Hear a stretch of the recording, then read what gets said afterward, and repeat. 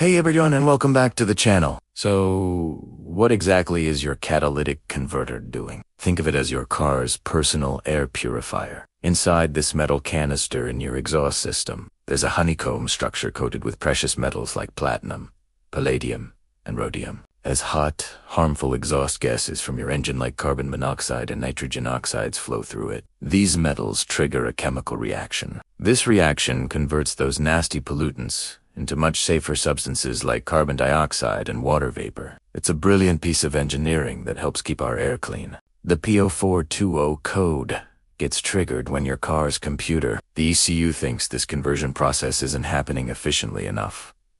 But how does it know? It uses two oxygen sensors, or O2 sensors. There's an upstream sensor, located before the catalytic converter, and a downstream sensor, located after it.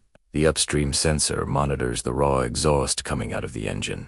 Its signal should fluctuate rapidly, showing the constant adjustments the engine is making to the air-fuel mixture. Now, if the catalytic converter is doing its job properly, it will use up a lot of the oxygen in the exhaust to perform its chemical magic. This means the downstream O2 sensor should see a much more stable, steady signal with very little fluctuation. It's basically telling the ECU, yep, everything's good up here. The converter's working hard. The P0420 code appears when the downstream O2 sensor S signal starts to look a lot like the upstream sensor signal, bouncing up and down erratically. The ECU interprets this as a sign that the converter isn't storing and using oxygen effectively, meaning the harmful gases are just passing right through without being converted. In other words, its efficiency is below the threshold. So, the instant conclusion is, my catalytic converter is bad, right? Hold on a second.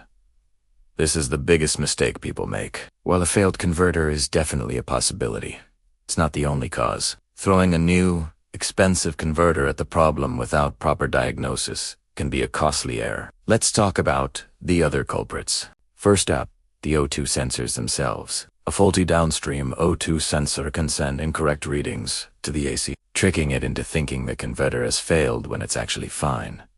It could be slow to respond or just plain broken. This is a much cheaper fix than a whole new converter. Next, think about what could damage a converter. An exhaust leak is a big one. If there's a leak between the upstream and downstream O2 sensors, fresh air can get sucked into the exhaust pipe. This extra oxygen will completely throw off the downstream sensors' readings, making it look like the converter isn't working. Always check for cracks in the exhaust manifold, leaky gaskets, or holes in the pipes. Another major cause is an underlying engine problem. If your engine is misfiring, it's sending unburned fuel into the exhaust. This raw fuel ignites inside the scorching hot catalytic converter, basically melting it from the inside out. Similarly, if your engine is burning oil or coolant due to bad piston rings or a blown head gasket, these contaminants can coat the catalyst materials, poisoning them and rendering them useless. So, if you have other codes, like a misfire code,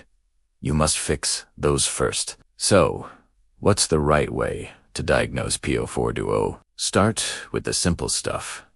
Check for any other trouble codes. Look and listen for exhaust leaks. A professional mechanic might use a smoke machine to find them easily. Then, use a good scan tool to look at the live data from your O2 sensors.